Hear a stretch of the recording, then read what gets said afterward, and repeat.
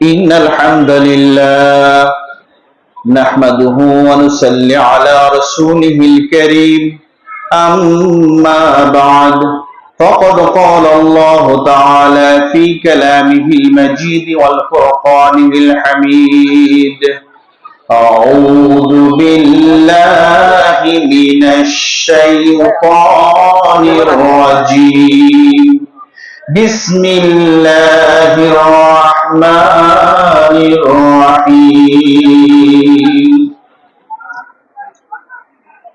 إن الله وملائكته يصلون على النبي يا أيها الذين آمنوا صلوا عليه وسلموا تسليما أشهد درود الشريف اللهم صل على سيدنا محمد وعلى آل محمد كما صليت على إبراهيم وعلى آل إبراهيم إنك حميد مجيد اللهم بارك على محمد وعلى آل محمد كما باركت على إبراهيم وعلى آل إبراهيم إنك حميد مجيد পবিত্র রবিউল আউয়াল উপলক্ষে এবং জুলাই আগস্টের সকল শহীদদের আত্মার মাগফিরাত কামনায় দোয়া ও সিরাত মাহফিল।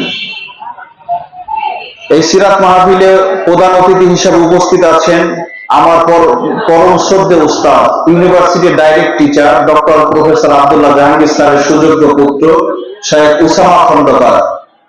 একটু আগে যারা আলোচনা শুনলেন আমার অত্যন্ত স্নেহের মৌলানা সোহাগ সাহেব, এই এলাকার রত্ন আমি মনে করি।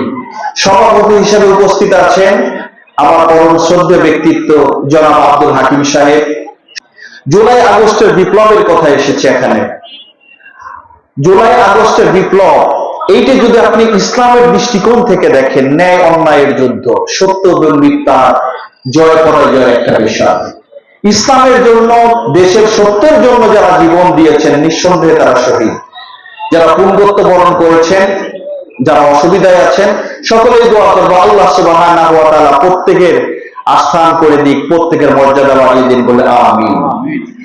আর আজকে আরেকটা যে বিষয়, সিরাতুন নবী সাল্লাল্লাহু আলাইহি ওয়াসাল্লাম, রাসূলের গোটা জীবনী আমাদের জন্য। নবী করিম সাল্লাল্লাহু আলাইহি ওয়াসাল্লামের নবুয়তের পর থেকে ইন্তেকাল পর্যন্ত প্রত্যেকটা সময় আমাদের জন্য গুরুত্বপূর্ণ মানের দিক দিয়ে। আর আরেকটা কথা শরীয়তের বাইরে এসে যদি বলতে চাই, নবী সাল্লাল্লাহু আলাইহি ওয়াসাল্লাম নবুয়ত প্রাপ্তির পূর্বের জীবন আমাদের জন্য অনুসরণীয়। নবুয়ত প্রাপ্তির পূর্বে তাকে আল আমিন বলা হলো।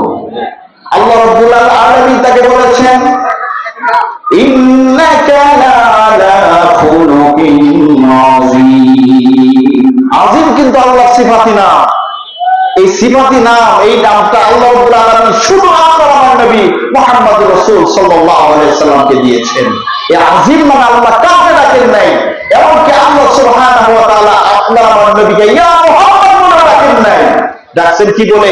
ইয়া আইয়ুহাল মুযাম্মিল, ইয়া আইয়ুহাল মুদাসসির, তাহা, ইয়াসিন, এইভাবে বিভিন্ন নামে ডেকেছেন, আদর করে করে ডেকেছেন।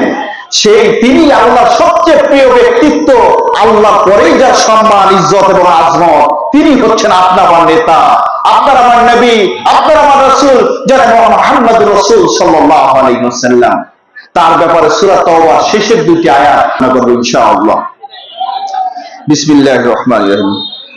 লাকাদ জাআকুম রাসূলুম মিন আনফুসিকুম আযীজুন আলাইহি মা আনিতুম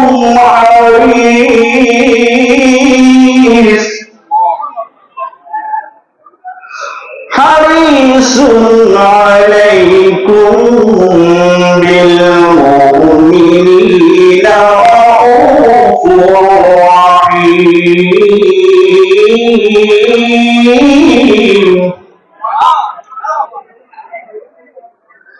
ফাইন তাওয়াল্লাউ ফাকুল হাসবিয়াল্লাহ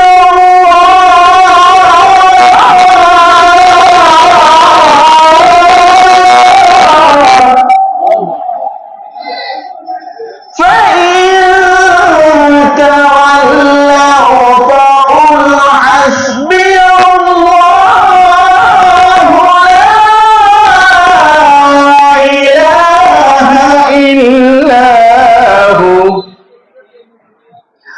আলাইহি তাওয়াক্কালতু ওয়া হুয়া রাব্বুল আরশিল আযীম।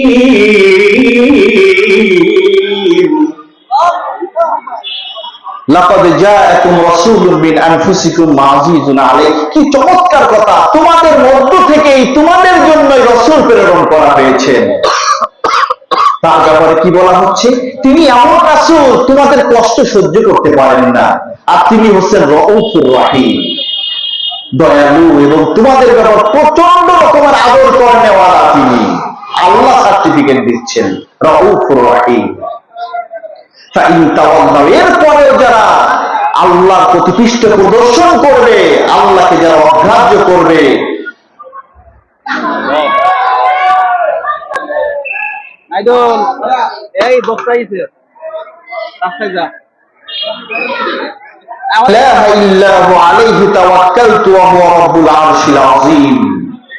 এরপরেও যে আল্লাহর কাছ থেকে পৃষ্ঠ প্রদর্শন করবে, ঘুরে আসবে, তার দিকে অবজ্ঞা করবে, তার সে কি বলবে?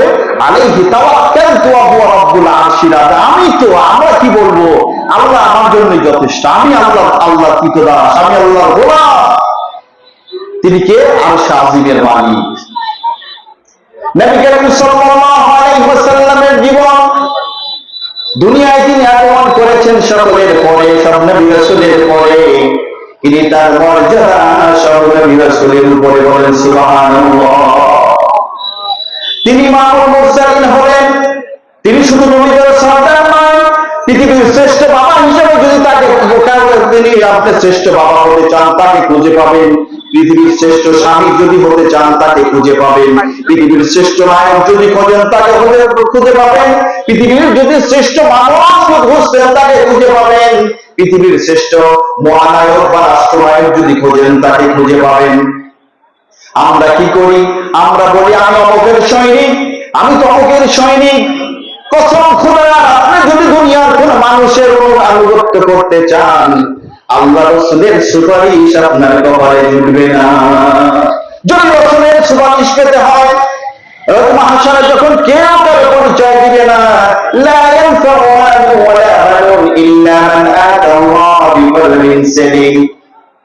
সেদিন নবী করিম সাল্লাল্লাহু আলাইহি ওয়াসাল্লাম দাঁড়ায় থাকবেন, আরশ আযীমের নিচে তিনি সিজদায় পড়ে যাবেন, মাকামে মাহমুদে সিজদায় পড়ে থাকবেন, উম্মতি উম্মতি করতে থাকবেন, আল্লাহর এত প্রশংসা করবেন যে প্রশংসা তিনি আগে কখনোই করেন নাই। তার প্রশংসা শোনার পরে আল্লাহ রাব্বুল আলামিন বলবেন, হে হাবিব, মাথা উঠা, আপনি যাকে ইচ্ছা তাকে জান্নাতে পৌঁছায় দেন।